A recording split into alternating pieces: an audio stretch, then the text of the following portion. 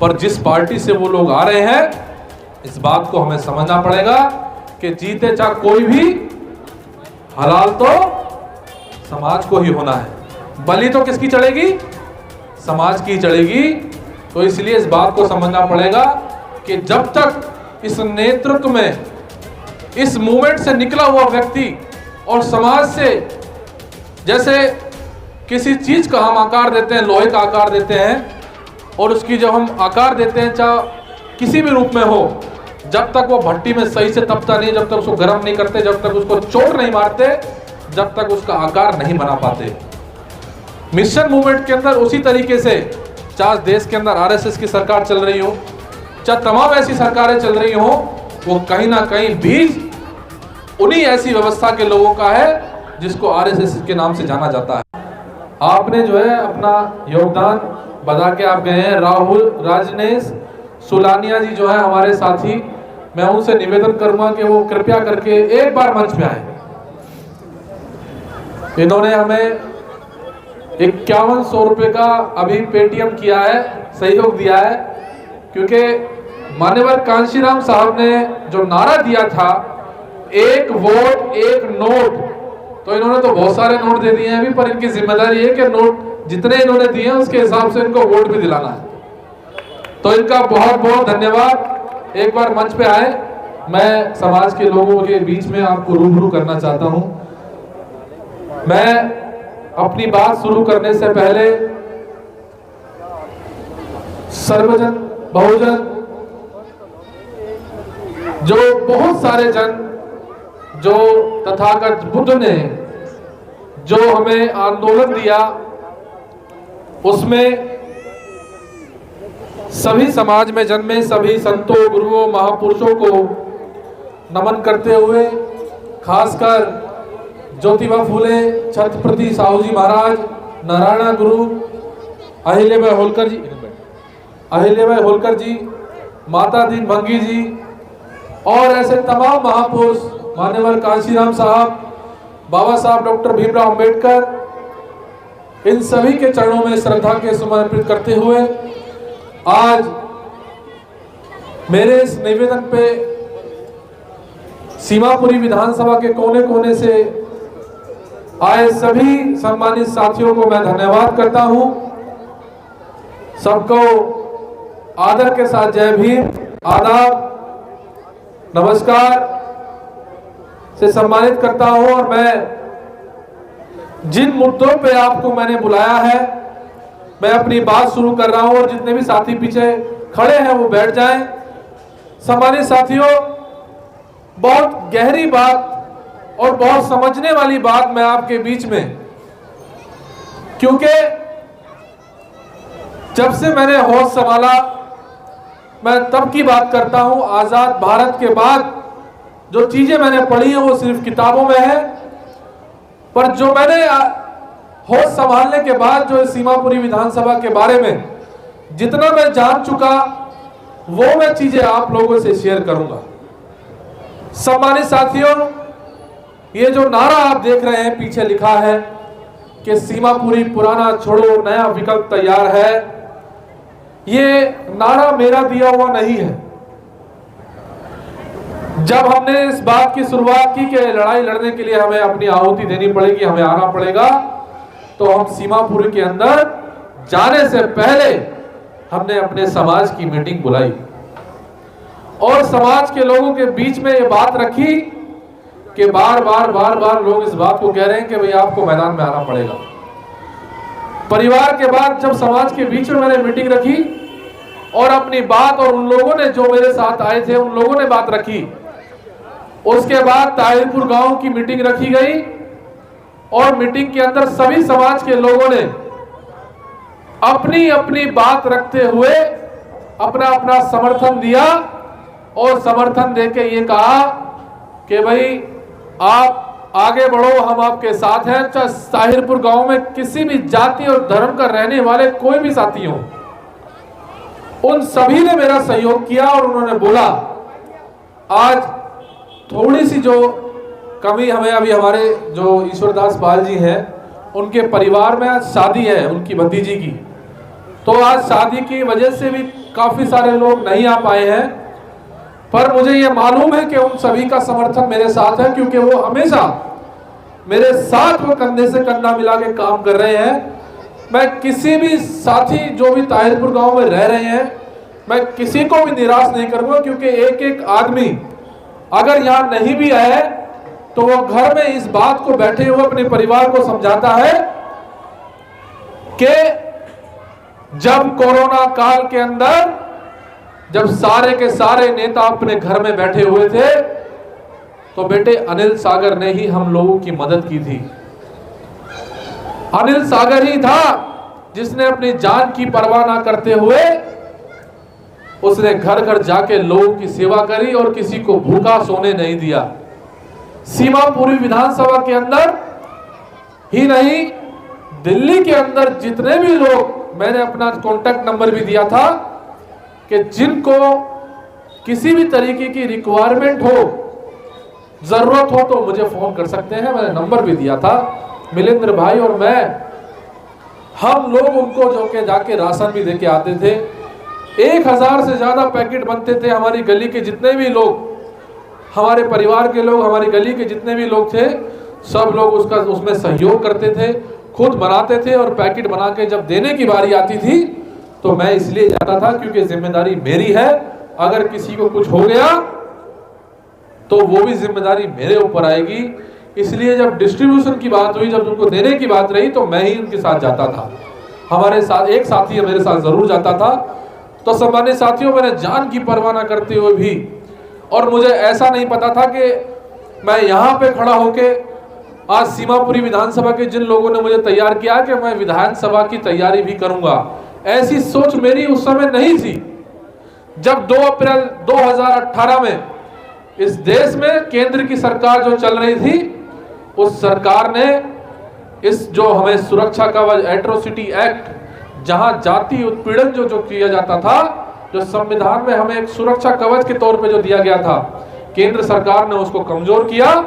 मुझे ये भी नहीं पता था कि जब वो लोग शहीद हुए तो शहीद होने के बाद हम लोगों ने ही जांच पड़ताल करके 13 लोग जो शहीद हुए थे, मध्य प्रदेश के, उत्तर प्रदेश के, एक पंजाब से थे, जो व्यक्ति शहीद हुए थे, 13 जनवरी 2019 को उनको रामलीला मैदान के अंदर बुला के कम से कम पूरे देश से 50,000 से ज्यादा संख्या में लोग इकट्ठे हुए और हमारे नेतृत्व में उनको सम्मान दिया गया और समाज के सभी लोगों ने योगदान दिया था और उनकी मूर्तियां बना के हमने उनको सौंपी भी थी। तो ये आंदोलन की एक एक छोटी छोटी ऐसी कड़ी है जिसमें मैंने अपना योगदान दिया। किसान आंदोलन जब चल रहा था तो किसान आंदोलन के अंदर भी हमारे दलित समाज के लोग 5-5, 10-10 की संख्या में जा रहे थे। तो मेरे अंदर भी ये बात आई कि भाई अगर समर्थन ही देना है तो कम से कम अच्छी संख्या में दिए जाए। तो हमने जब गाजीपुर बॉर्डर पे जब आंदोलन चल रहा था, जब के देश के किसान और मजदूर इस केंद्र की सरकार के काले कानून से जब लड़ रहे थे, उसमें कई हजार लोगों ने अपनी आहुति दी थी। तो उसमें भी हमने जाके अपना योगदान दिया और उनको समर्थन देने का काम किया था। ये बात मैं इसलिए बता रहा हूं क्योंकि मैं आंदोलन से निकला हुआ व्यक्ति हूं। ये जो शुरुआत आप लोगों ने की है, जो शब्द मैंने लिखे हैं, ये किसी के कॉपीराइट नहीं है। ये शब्द मेरे खुद के हैं। ये संघर्ष आने वाली पीढ़ी को बचाने के लिए है। जीत हार का फैसला कुछ भी हो, मुझे उससे कोई लेना देना नहीं है। पर आने वाले समय में अगर वाकई में अगर हमने अपनी ताकत को पहचाना तो जीत हम खुद ही दिला सकते हैं अपने आप को। मैं नहीं जीतूंगा, जीतेंगे आप। हर एक सीमापुरी में रहने वाला व्यक्ति प्रत्याशी होगा, हर गली में रहने वाला आदमी प्रत्याशी होगा और जीतने के बाद हर गली मोहल्ले में रहने वाला हर जाति धर्म के आदमी अपने आप को विधायक महसूस करेगा। एक बार मौका दे के देखो। ये 15 साल और 10 साल का जो कार्यकाल रहा, जिन्होंने समाज को लूटने के अलावा कोई काम नहीं किया, एक बार मौका दे के देखो। मैं उनको और आने वाले जो ऐसे सत्ता पे बैठने वाले लालची लोग हैं, उनको भगाने का काम मैं स्वयं करूंगा। ये वादा आपसे करता हूं। मेरा कोई लालच नहीं है, मेरा कोई भी स्वार्थ नहीं है कि मैं पैसा, धन दौलत और सम्मान कमाने के लिए इसके अंदर आ रहा हूं। समाज की बदौलत मुझे बहुत सम्मान मिले हैं और मैं कहीं भी चला जाऊं मेरा समाज मुझे सम्मान देता है। मैं सम्मान और पैसे का भूखा बिल्कुल भी नहीं हूं। जो भी मैंने कमाया है या मैं कमा रहा हूं, जो मेरे परिवार ने कमाया है, बाबा साहब ने कहा कि अपनी कमाई का जो हिस्सा, जिसमें से आप 100 रुपए में से 5 रुपए मान लीजिए या 25 रुपए मान लीजिए, जो बाबा साहब ने कहा कि समाज को देना चाहिए, मैं 100 रुपए में से 90 रुपए समाज को देता हूं। अपनी कमाई का 100 में से 90 रुपए देता हूं और 10 रुपए अपने परिवार के लिए बचाता हूं। इतना ही बहुत है मेरे लिए, जीवन यापन करने के लिए, जीवन जीने के लिए इतना ही बहुत है। क्योंकि जब हम जानवर के समान थे तो बाबा साहब डॉक्टर अंबेडकर ने हमें सम्मान दिया। जानवरों की श्रेणी से निकाल के हमें मनुष्य की श्रेणी में खड़ा करने वाले बाबा साहब डॉक्टर अंबेडकर थे। इतिहास पढ़ के देखो, इतिहास में आपको बहुत सारी ऐसी जानकारी मिलेगी जो आज जिस स्थिति में हम लोग खड़े हैं सिर्फ और बाबा साहब डॉक्टर अंबेडकर की ही मेहरबानी है। मैं इस कड़ी में आपको एक बात और कहना चाहता हूं, सीमापुरी के लोगों को और अपने समाज के लोगों को, कि सम्मानित साथियों, एक जगह दंगल हो रहा था और वहां पर कुश्ती चल रही थी।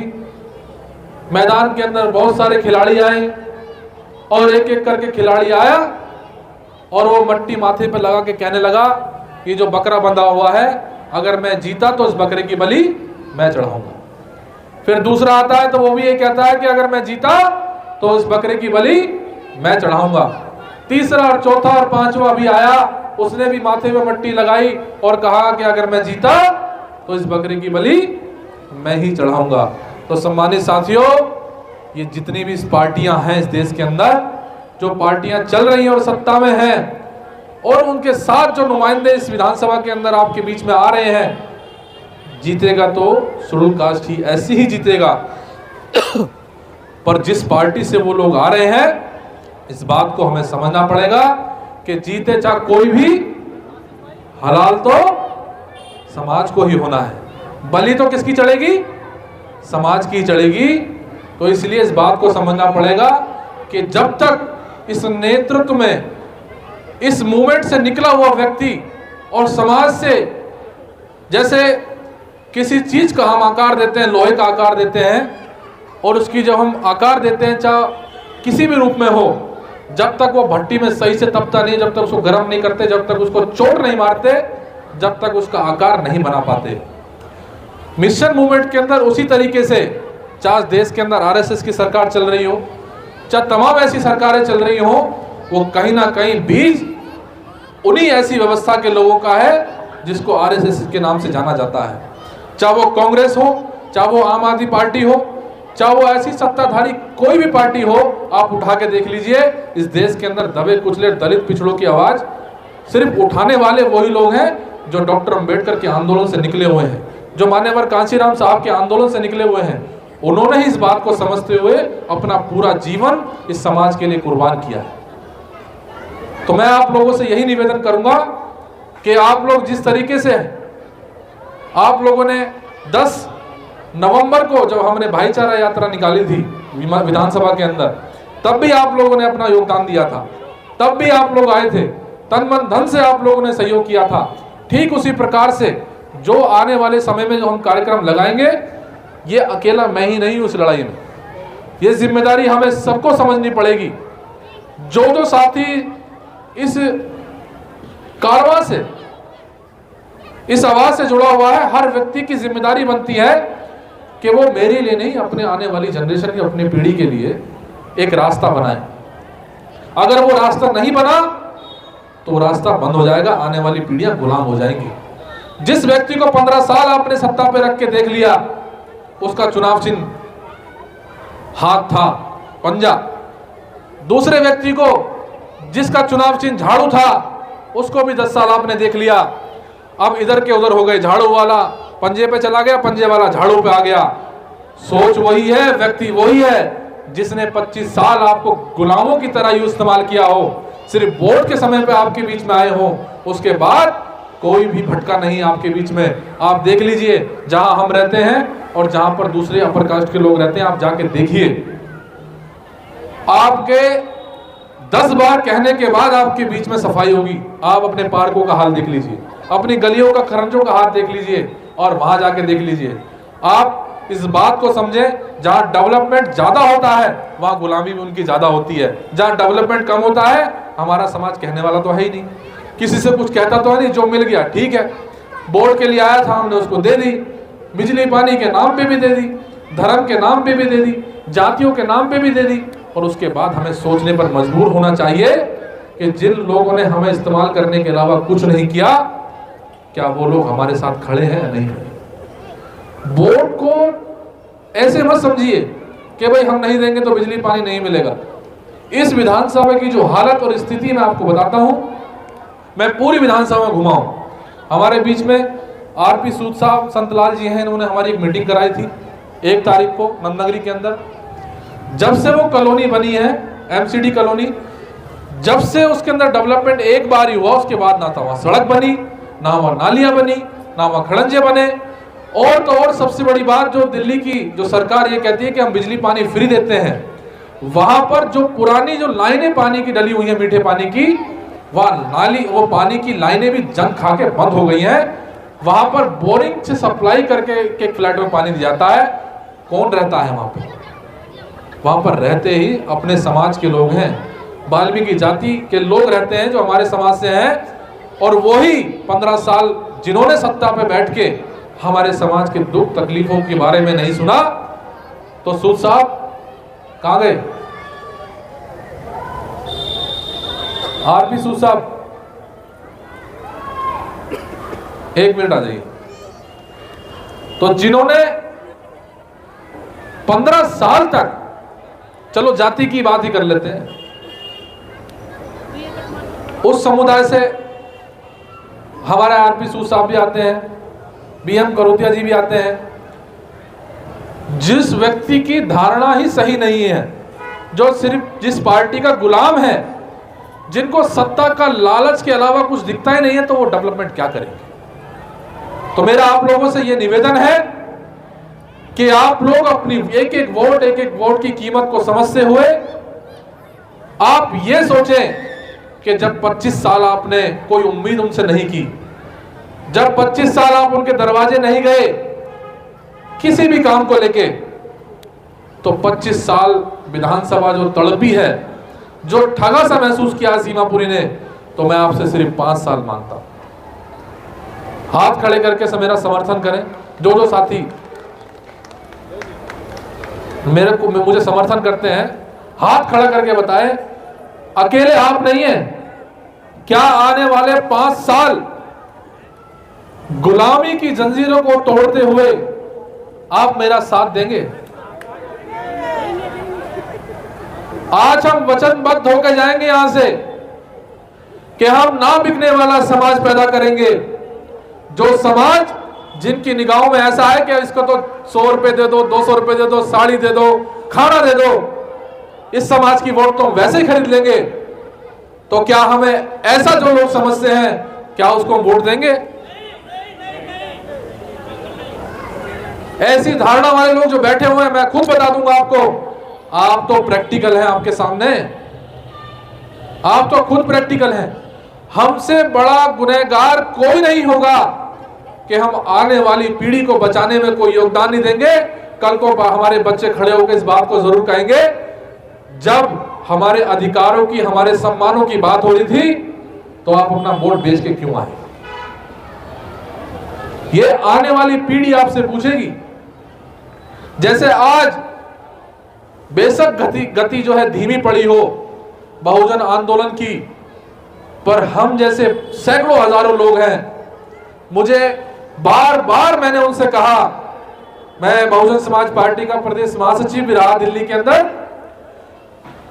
उसके बाद जब मैंने रिजाइन दिया, बड़ी ही बेशर्मी के साथ, जब लास्ट टाइम जब स्टेट के और केंद्र के जब पदाधिकारी बैठे हुए थे, मैं उनसे गुहार लगा रहा था कि 2022 का चुनाव जब उत्तर प्रदेश का हारे हैं, उस चुनाव की कुछ तो समीक्षा करो।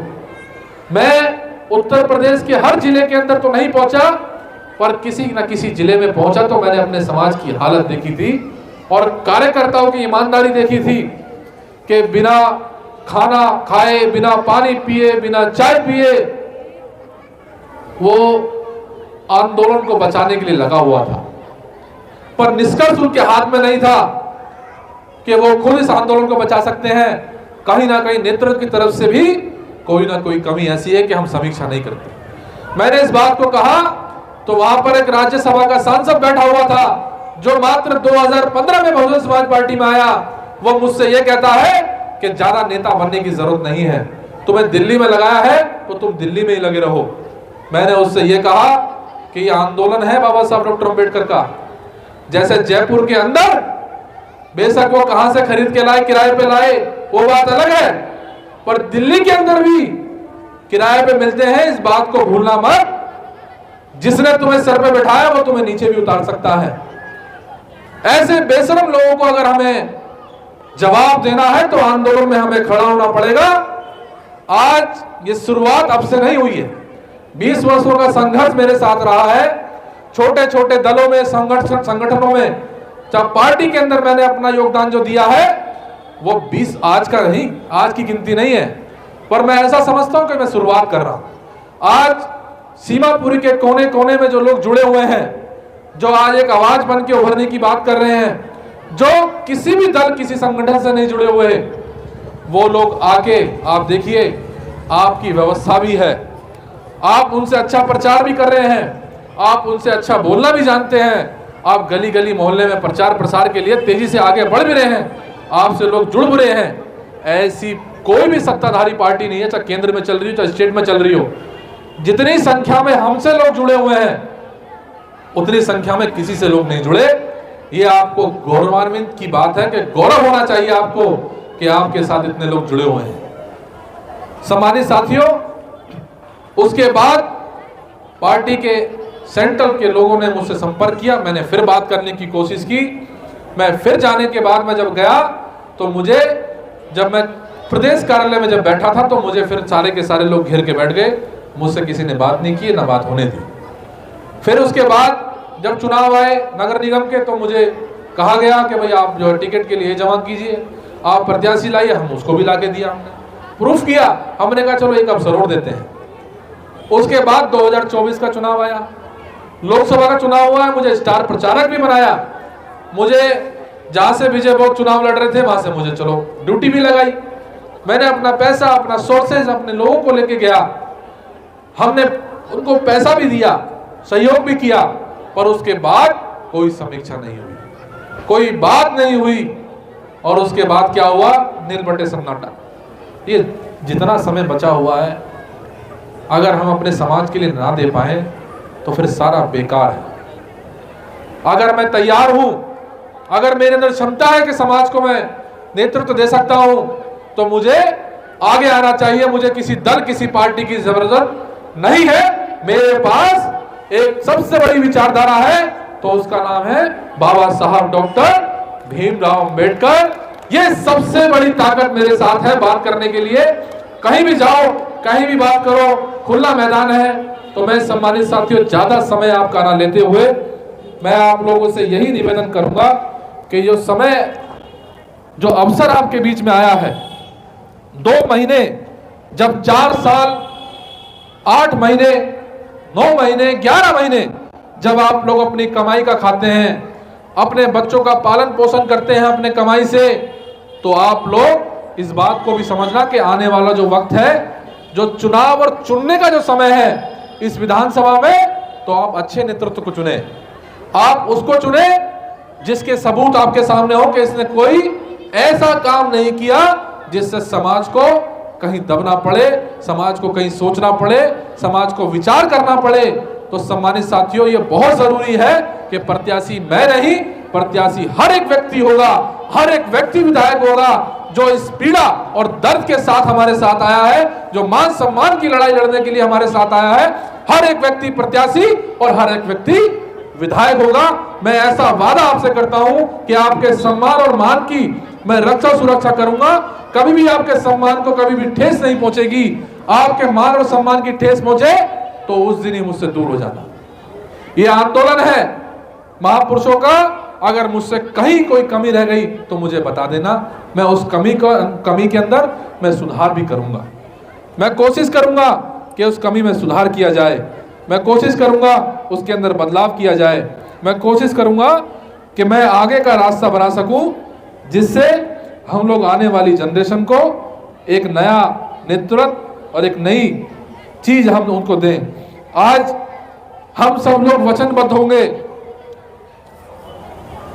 आज से हर एक व्यक्ति, जैसे मैंने कहा, हाथ खड़े करके बताओ, आज से हर एक व्यक्ति प्रत्याशी होगा। ये स्वीकार करते हो नहीं करते?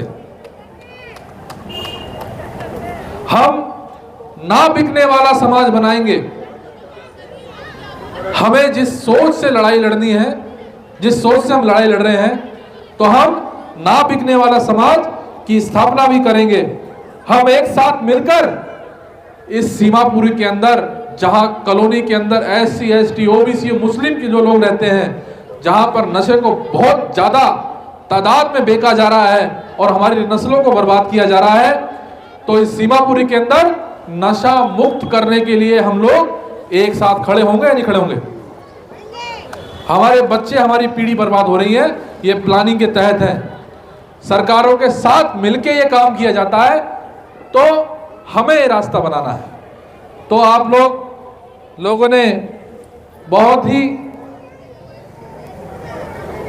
समय दिया, और मैं ज़्यादा ना कहते हुए, क्योंकि समय बहुत हो चला है और खाने की व्यवस्था आप लोगों की गई है, मैं BM करोतिया जी से निवेदन करूंगा कि आप भी अपनी बात रखें, और उसके बाद पवन गौतम जी, प्रेम सिंह जी भी हैं और मौलाना जी भी हैं। आप